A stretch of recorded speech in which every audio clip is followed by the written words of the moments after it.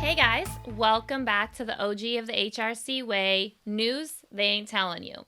Let's get right back into some quick news stories. So, when this airs, inauguration will be wrapped up. We will have a brand new president, a brand new vice president, woman vice president on top of that, a brand new cabinet, brand new Congress will be ready to go. At inauguration, Lady Gaga, J-Lo, Garth Brooks, which he's getting a lot of flack because apparently he's a Republican, and he came out and said he wants to sing at the inauguration because he wants to, his exact words and exact movements, togetherness in his Garth Brooks way. So we'll see what happens there. It'll be a lot of fun, I'm sure. Today, because today is the day before, just so you guys know. Today, Biden left Delaware and gave a brief speech in front of the train station that is now named after his son because, of course, Biden, when he was a senator, used to go back and forth between Delaware and D.C. to be home for his children. So that was a bit emotional for him. But inauguration, I can't believe in some ways it feels like just yesterday Trump became president and it was his inauguration. And I was crying hysterically, and now it feels like here we are. We're on the other side. So in some ways it was fast, some ways it was terrifyingly slow. So we made it, you guys. Point is, we made it to the other side. So good always outweighs evil. Just sometimes it takes some time, like Star Wars. Okay, so next up, I want to explain this to you guys because there's a lot of confusion going on. Senate leaders are close to a power sharing agreement. Democrats are in charge of the schedule, so Schumer will be in charge of what makes it onto the floor and what doesn't. But both sides will hold an equal number of seats on the Senate committees. Now, why this is because Chuck Schumer didn't do his job thoroughly. We only hold control by the vice president's seat. You take that away, we're at a 50-50, right? So that's why there has to be a power sharing agreement. Technically, Chuck Schumer is the majority leader, but again, only because of that VP vote. Now, to me, all Chuck Schumer had to do was win in Maine, win in Kansas, win a seat in Texas. We wouldn't be having these conversations. We wouldn't having to be sharing our committee seats.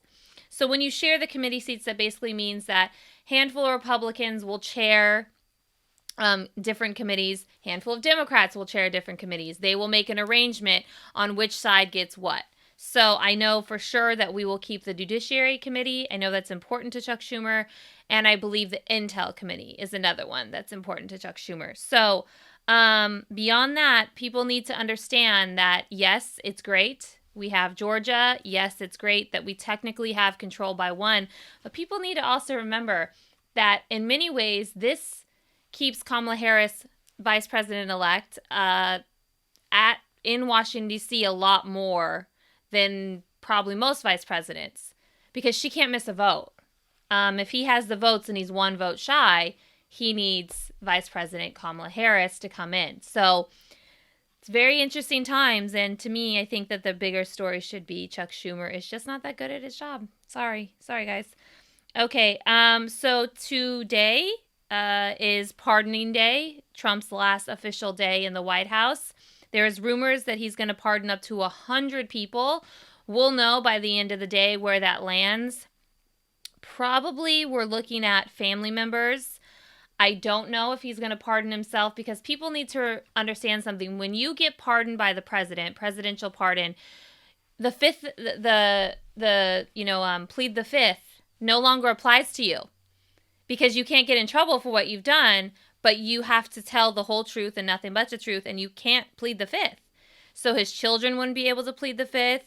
Rudy Giuliani wouldn't be able to plead the fifth. He wouldn't be able to plead the fifth. And just remember that if you get pardoned, it's just a federal pardoning. It doesn't apply to state issues. Donald Trump Jr. is under investigation in Washington, D.C. Trump, of course, and his family is under investigation in New York. Ivanka is in New York.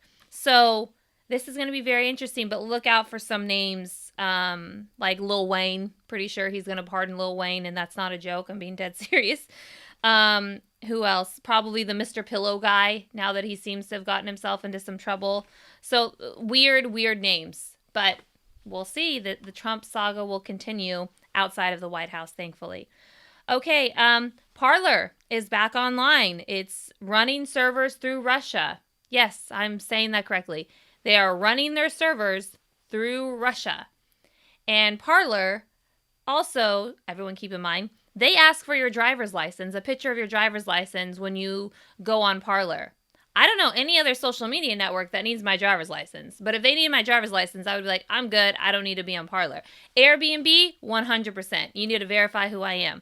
But they have driver's license photos. They have servers that are now running through Russia because they couldn't get a server here in America to let them go back online. But they are officially back online. So you Parler watchers, if you're watching me, I don't know why you'd be watching me because I don't, yeah.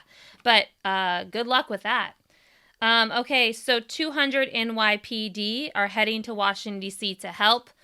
I just want to say this, that I always want to say NYPD Blue every time. I didn't even watch the show, but I want to say NYPD Blue every single time. Anyways, they're volunteering, these guys, and men and women, I'm sure. And I just want to say, I know that there has been a lot of noise about the National Guard and the FBI looking into them to making sure an internal investigation to make sure they're not going to turn on the okay, I understand that. But, like, majority of these people are good men and women. And the bad ones always ruin it, right? If there's a bad egg in the basket, it's going to ruin the rest of them. So just keep that in mind and be careful what you're saying because, you know, for the most part, they're doing their job. Just like the Capitol Police, most of them were doing their job. We've seen many, many photos and many, many videos of them trying to stop them. And we've also seen videos, I know, of them just like letting them into the Capitol and letting them hang out and all of that jazz. I get that, but they're not all bad. So let's just kind of keep that in mind, guys. Hillary Clinton had Nancy Pelosi on her podcast, You and Me Both. It was absolutely positively phenomenal. It was like two old friends catching up, but talking about like real world issues and the problems of the world. And thank God for them both. So you make sure and check that out. Definitely, it's a great. Hillary's podcast is a lot of fun because she's totally herself, and she laughs and she has fun and she asks great questions. And having Nancy Pelosi on there was it was really great time. So I highly recommend. They talk in great detail about what happened on January 6th and what Pelosi was worried about and how her staff is doing and how she's doing and all sorts of great things. Pelosi even talks about being pro-choice, which is not a topic she really talks about, but she talks in great detail. So it's a great podcast. So Melania is officially leaving the White House with a 47% approval rating. Michelle Obama had a 69% approval rating, and Laura Bush had a 67 approval rating. So she's leaving with a 47, which I want to say, who is the 47% that thinks she's done anything that is approval? I mean, making a tennis court and ruining the Rose Garden, I wasn't aware. And Be Best, I wasn't aware that those were whatever, but I'm going to actually get into it later. The Biden's first round of cabinet members are going to appear before Congress today to get, heard, and they ask questions and all of that stuff. All 5 of them who are being heard today are from the Obama administration, had worked with Obama in some way. So I don't think that there'll be any problems getting confirmed, any of them. Let's see. Georgia has officially certified its Senate results, meaning that we have 2 bright and shiny new senators from Georgia who will be heading our way and helping us out in the Senate. And then I just wanted to say this, that Trump's final approval rating was 37%.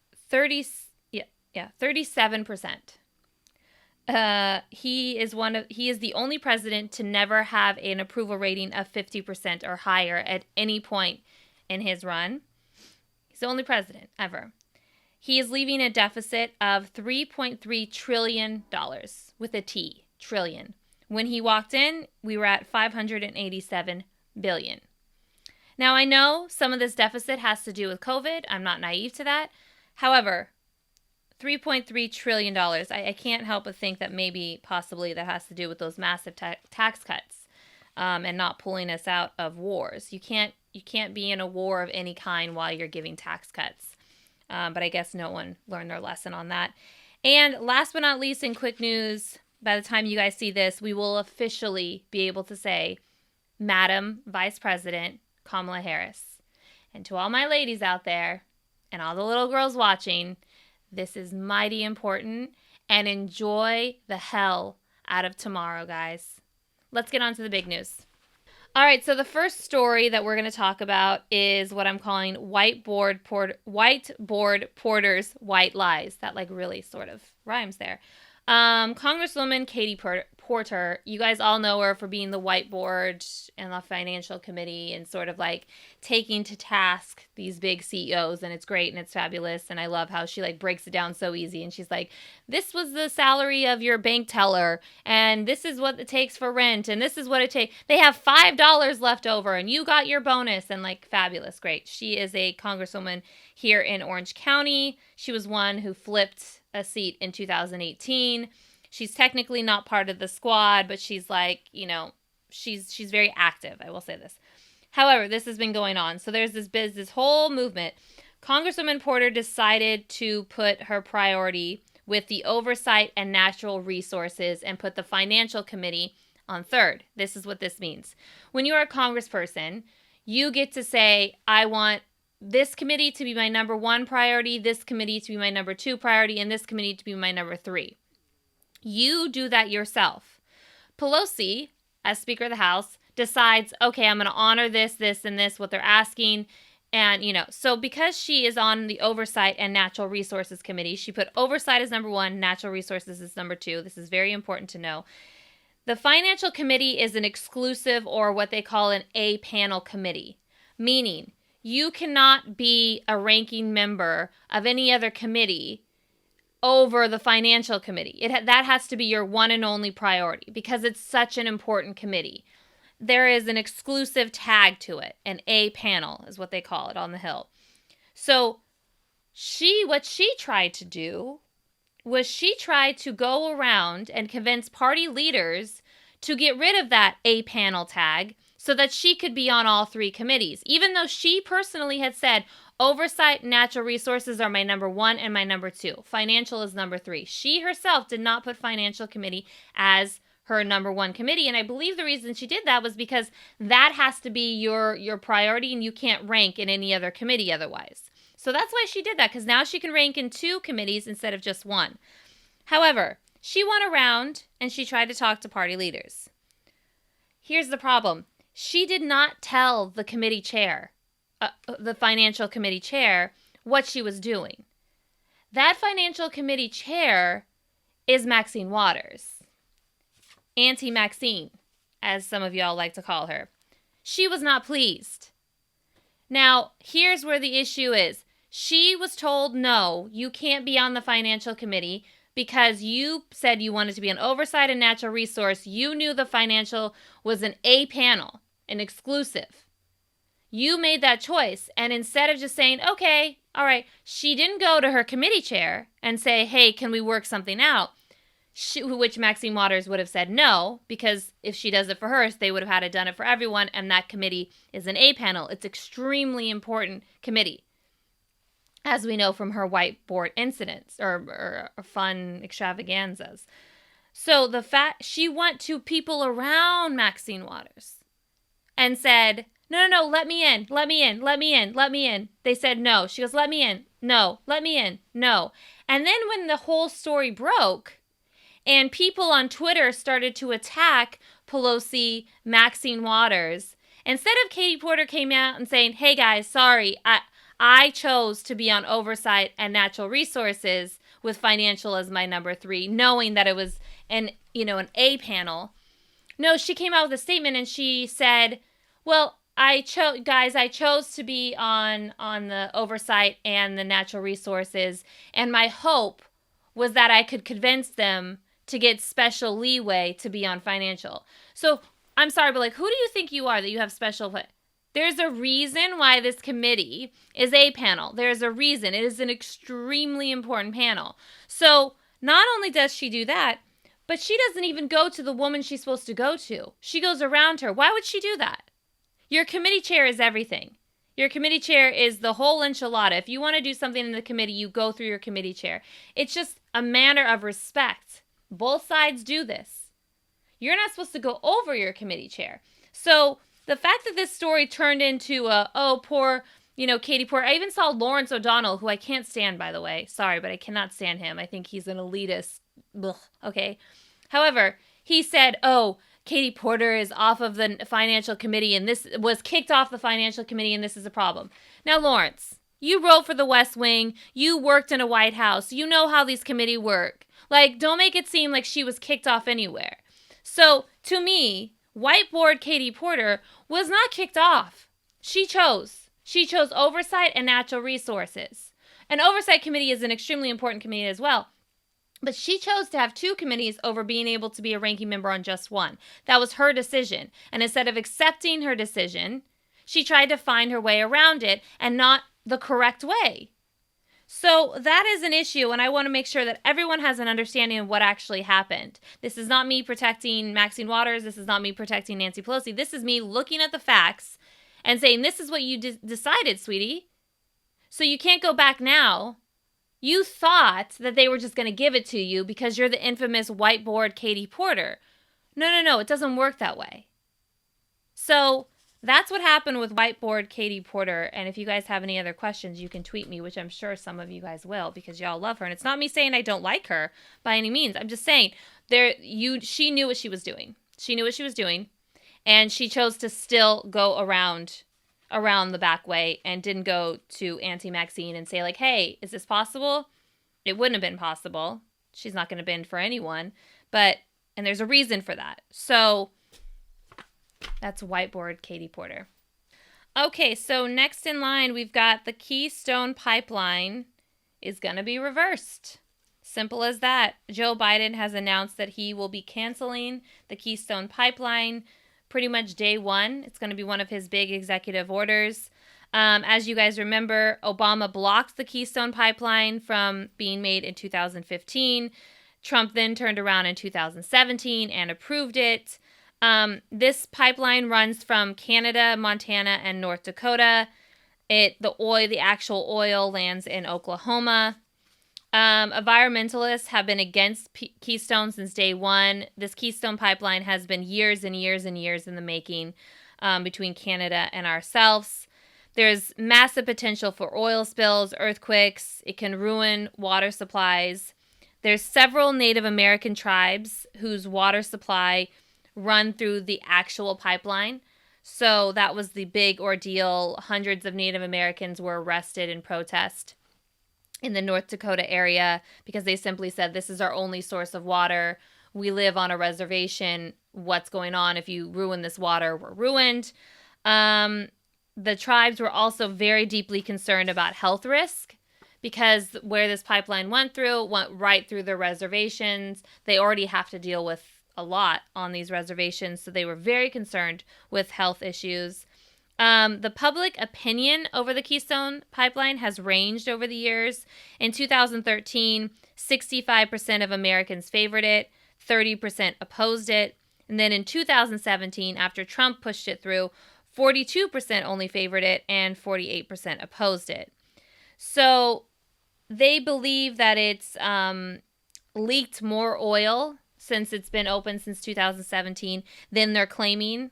Much more is what experts are saying. So we don't really know, and we won't know, I guess, until Biden sends a team. I'm guessing that's what he's going to do to go in. Because that's the overall issue is now we have to see what, since 2017, what effects it's had in oil and anything in the air, all of it. So I don't know what they're going to do to replace it. They've tried at least 10 different ways to get this pipeline done over the last 10 years, really. And nothing really seems to work or make environmentalists and the country happy. So I don't know. So he's going to block it and cancel it. But I don't know what step 2 is going to look like for him. He's only said what step 1 is. And that's a step in the right direction, if you ask me. But again, how much damage have we done to Native American and their land and their tribes and, over and over and over again, I guess. So we will see, but I thought that was important for you guys to know that Biden is in day one on top of he's going to apparently join the Paris Peace Accord again.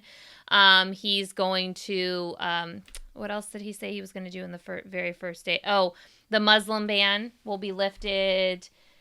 He's doing that like same day as inauguration, very first day in. So those are big things that I know that he's going to do in day one, because those are all executive orders and those are easy to overturn. So I'm sure in the next coming weeks he's going to have even more of Trump's executive orders that he's going to definitely oversee. So yeah, so that is Keystone Pipeline, and I'll keep you guys updated as that grows. Okay, so let's talk about the vaccine rollout. Am I the only one when I hear the word rollout, I think of Ludacris? Rollout. Yeah, I guess I'm showing my age. Okay, so this is the blunt truth, you guys. Most states are deeply, deeply struggling with this vaccine rollout. The 3 leading states on vaccine rollout is West Virginia, North and South Dakota. They're totally, completely leading the way. Trump's goal was 20 million people vaccinated. Yeah, he missed that by a massive, massive amount. We don't even have 1 million Americans vaccinated right now. As of the latest feed, we only have 150,000 Americans are fully vaccinated. Now, I understand that the vaccine comes in 2 doses, so you have to wait. I think it's like a 2-week period before you get the second vaccine, but still, we've had these vaccines since December, and here we are mid-January, and we're not even at 1 million. So I understand that the vaccines must be kept cold and have very, very short shelf life. So I understand all of that. However, I think that this breaks down to many things. There was no federal plan by Trump, shockingly. I know, right? There was no federal plan to guide the states. Now, each state has a right to do their own plan, their own idea, because of states' rights. And each governor can do what they want. They're like a president of, we have 50 presidents of each state, basically. But since there was no federal plan saying this is how we think it should be done, it was sort of a modge podge. I remember at one point, Trump was like talking, I think, about National Guard giving the vaccines out or something, and then that never happened, just like his healthcare plan that we never saw. So that's the number one issue. So Biden has announced that he is going to ask FEMA to set up clinics across the country to get these vaccines out, like to just go. We have them, let's go.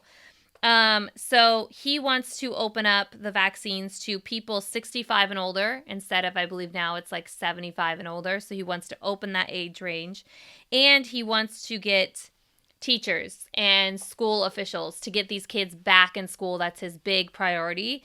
So, also we're dealing with a simple refusal by many people. Like 60% in some states who are able to get vaccines are saying, I don't want the vaccine. So that's an issue. That is a massive, massive issue. Now, each state is being ran different, like I said, because there is no federal plan. There is no federal guidelines. So, Biden's going to have to come in, and I've said this to you guys a couple times. Everything else is going to have to be on the back burner until we get COVID under control. And there has to be an instant federal setup that is going to guide these states to get the vaccines out. So I think, me personally, I think like older celebrities, athletes, etc., people who are known in the public who are over 65 should be getting vaccines publicly. That's just my thought, because people feel very, very nervous. But if they see someone like, Michael Jordan, he's not in that age range, but I'm just giving him as an example. If they saw Michael Jordan getting a vaccine, some people would feel better about it. Especially, I know there are a lot of Black people who feel very nervous about a vaccine that's turned over this quickly because of what they've experienced. Their people has experienced in America, where we were giving vaccines that were not really vaccines, and they were making them sick and giving them all sorts of crazy disease, like crazy stuff. So I understand that, but we have to get people vaccinated in this country. When you're looking at these numbers, and I have some of the numbers, so like, let me just tell you, West Virginia is number one. They have a little over 160,000 vaccines were given to that state alone. They've already administered 118,000. Great. That sounds like a great number, right? percentage is 73% of people who qualify have been given a vaccine. That's a great number. Well, let me tell you to the worst in the country, which is Alabama. Good old Alabama. Alabama has been given over 435,000 vaccines. They've only given out 92,000. That means that only 21% of their state is vaccinated. Okay, let's look at California, which is population-wise the largest. Here we go, Gavin Newsom. I'm looking at you. Over 3.5 million vaccines were given to the state. Not even 1 million vaccines have been given out.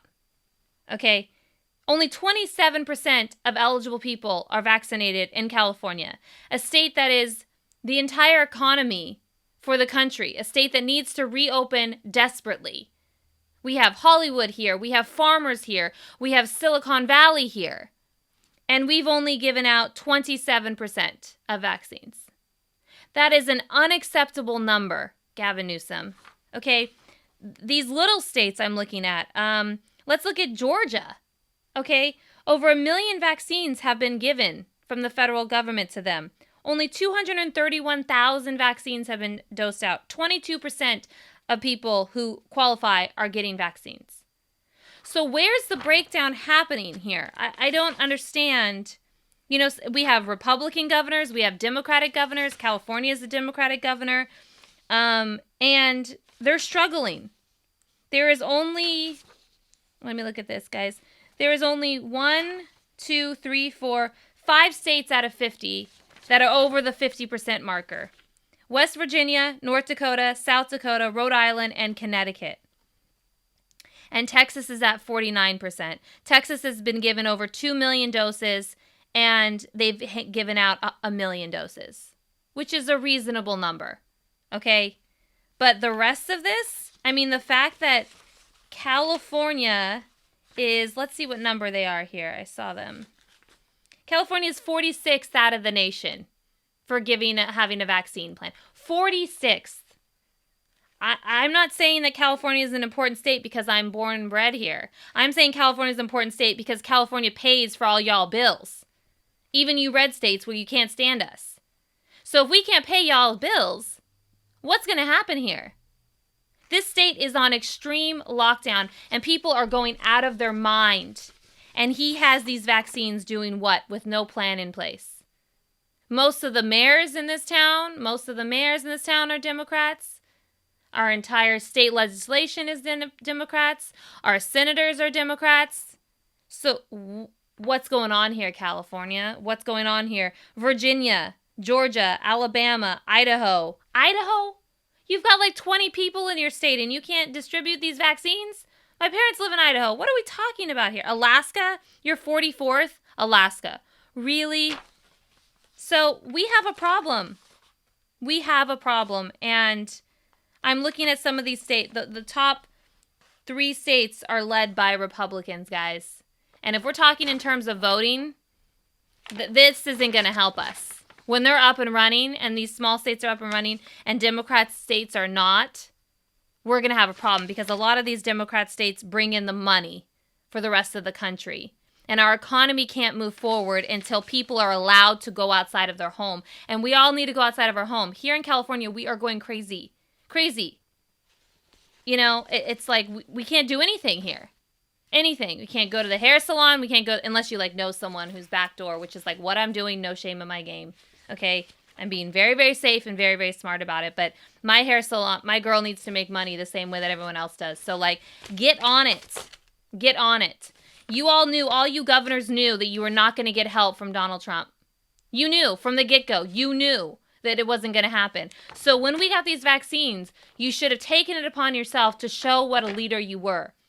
And most of y'all are failing. Most of y'all are failing, and it's devastating. You can't blame all of this on Donald Trump. You can't. I know we like to, but you just can't.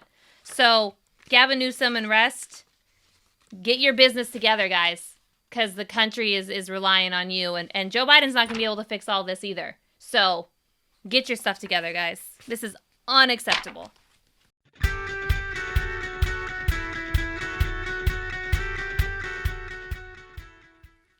Okay, so I've been thinking sort of long and hard at what is actually going to be the legacy of the Trump administration, Trump presidency. What is it going to be? Is it going to be the separating children at the border? Is it going to be having Mexico pay for a wall that never happened? And then when he had the military pay for the wall, it was this chintzy wall. Is it going to be his tax cuts for the rich? What is his legacy going to be? Is it going to be the tweets? What is it going to be? I kept thinking long and long and hard about it. And then all of a sudden this picture popped up on my Twitter feed. And I thought, you know what? This is the epitome of the legacy of the Trump administration. This right here. You can't get much more wackadoo. This is what happened to America. This is what we allowed to happen to America for 4 solid years. This is it. Right here. Kimberly Guilfoyle and her "the best is yet to come," dating her coke-fueled boyfriend Donald Trump Jr., and these domestic terrorists trying to take over the United States Capitol. This is what the legacy is. This is what the history books will talk about. This is what Trump is leaving tomorrow. All that filth and disgust behind. You can't wrap it up much better than this simple picture of Kimberly Guilfoyle, who child, you need a lot of help. The best is yet to come, right, Kimberly? Yes, folks, it actually is. The best is yet to come to save us from all of this.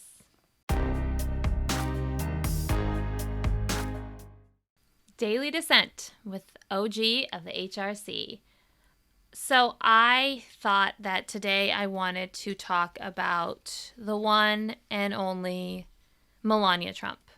And the reason I wanted to talk about her is she gave a speech the other day saying goodbye, or whatever it was, I don't really know, saying it was the honor of her life to serve, and, no violence, and, the whole spiel thing. And I just thought to myself, what the hell am I watching right now? What is this? I mean, in the beginning, I have to be honest, when they first entered the White House, I was very forgiving to her, and I almost felt sorry for her. I thought, oh my God, could you imagine being married to this guy and you're stuck in this situation and you don't know what being a first lady is because you're not from here. And she clearly is someone who married a rich man to get out of a, corrupt country, to bring her family over, to bring her mother, her father, her sister, all of them over. And you know what? No judgment whatsoever on that situation. However, I always kept saying, I don't think she signed up for this, for the political life, for all that, She has this young boy at the time, Barron, who there was questions on whether he was autistic or, I don't like to speak on him because he still is a kid and he has nothing to do with the situation. But there was definitely something a little bit interesting about him.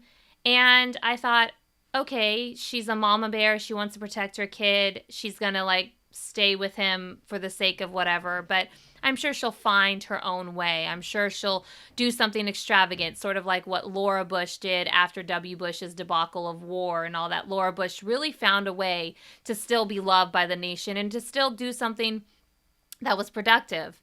I mean, it was hypocritical what Laura Bush did because she was teaching young Afghan girls how to read while her husband was bombing the country. But, we still liked her. There was something about her. And each day would pass, and it never happened with Melania. Never. She never had a moment of oh, okay, this is what she's fighting for. Oh, okay, she came out with her Be Best campaign and her anti-cyberbullying campaign, which was hypocrisy beyond, considering that her husband was daily sending out tweets. She had a little bit of a thing with vaping. She was obsessed with getting vaping out of the kids' hands. But there was never anything there. And I always thought, well, her outfits are great and she knows how to dress herself. And I thought, well, if I had $10,000 for an outfit, I would be, looking like that too. I think there's something about her that's very pretty. but again, money can do that because she didn't look like that when she first arrived into America, and no judgment on that. I don't care about any of that. But my final straw of when I said, okay, excuses are off the table now, was when she wore the now infamous I really don't care jacket as she was heading onto a plane to go see children who'd been separated from their parents, and this whole controversy was around it. And when she was, they brought it up to her, she said, well, I wore it for the media. The media is who I wore it for. So she was aware that she had it on. It's not like she wasn't aware that that was on. And, I just think to myself, you're just, at that point, I realized you're just as evil as the man that you married. There is no sadness. There is no forgiveness. There is no none of that. You understand what he's doing. You understand what he's capable of. She was part of the birther movement. She was on the Joey Behar show in 2009, I believe, like plugging her cheap ass, jewelry or whatever. And she was doubling down on the whole birther that Obama wasn't born in America, which is what Trump was obsessed with for years and years and years, and probably still is. I mean, I don't know. But there's nothing to her except for what she's been told she should be. And there's nothing, I know someone who actually knows her son in a weird sort of way and was very complimentary, and this person is a Democrat and all of that, but was very complimentary to Melania as a mom, and I'm sure she's a great mom. But I look at her as a human being, and to not find some sort of clever way to distance herself from her husband and sort of become her own woman and sort of find a really clever way, which there's very clever ways in politics, to not be associated with his craziness and his antics. She never did that, and I don't think she wanted to. I don't think she likes her husband, that's for sure. We've all seen the infamous slapping of the hand one too many times. It's very clear, and there's definitely fake Melanias going on. That's not some conspiracy theory. That is like she doesn't want to be with him more than she has to be. That's why she always has those big sunglasses on, and I'm like, oh, that nose is different. However, her as a person, do I think she's going to divorce him? Absolutely. She's going to divorce him and get the hell out of there. She's got the money because she has the kid with him and all of that. But I think that she went along with this ride and she just never found that way. Betty Ford was able to find a way to be pro-choice with a Republican husband in a very controversial time of Roe v. Wade. Betty Ford was able to fight for the Equal Rights Amendment, even though her husband wasn't the biggest fan.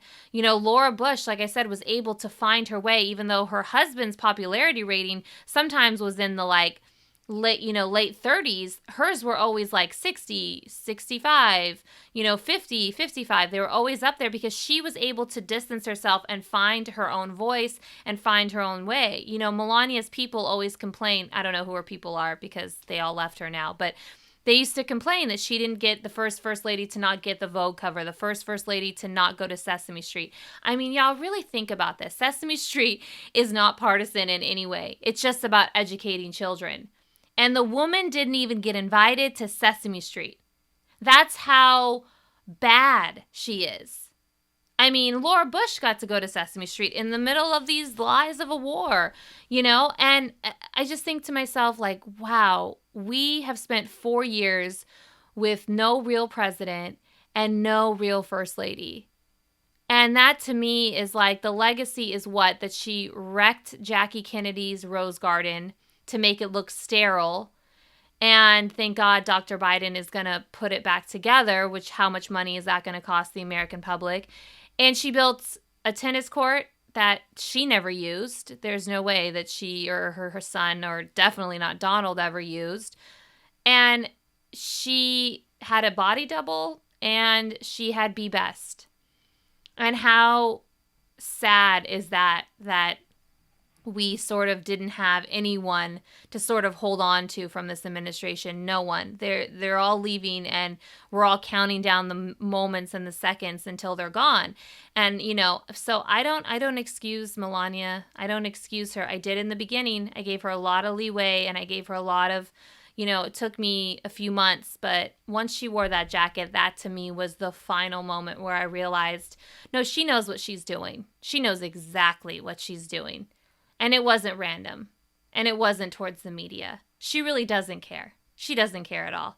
She's lived this fabulous life. Her parents are now American citizens. She can, now she can go and do whatever she wants to go do. So, Melania Trump, you are leaving us, and I say, thank God. Go to Mar-a-Lago and go wherever you need to go. Divorce your husband. I don't really care. I don't need to hear from you now. Please don't write an autobiography about your time in the White House. You're the one First Lady. I don't ever want to read anything about your time in the White House because it was all lies and garbage. So there's my daily dissent, folks. All right, guys, until next time, the OG of the HRC signing out.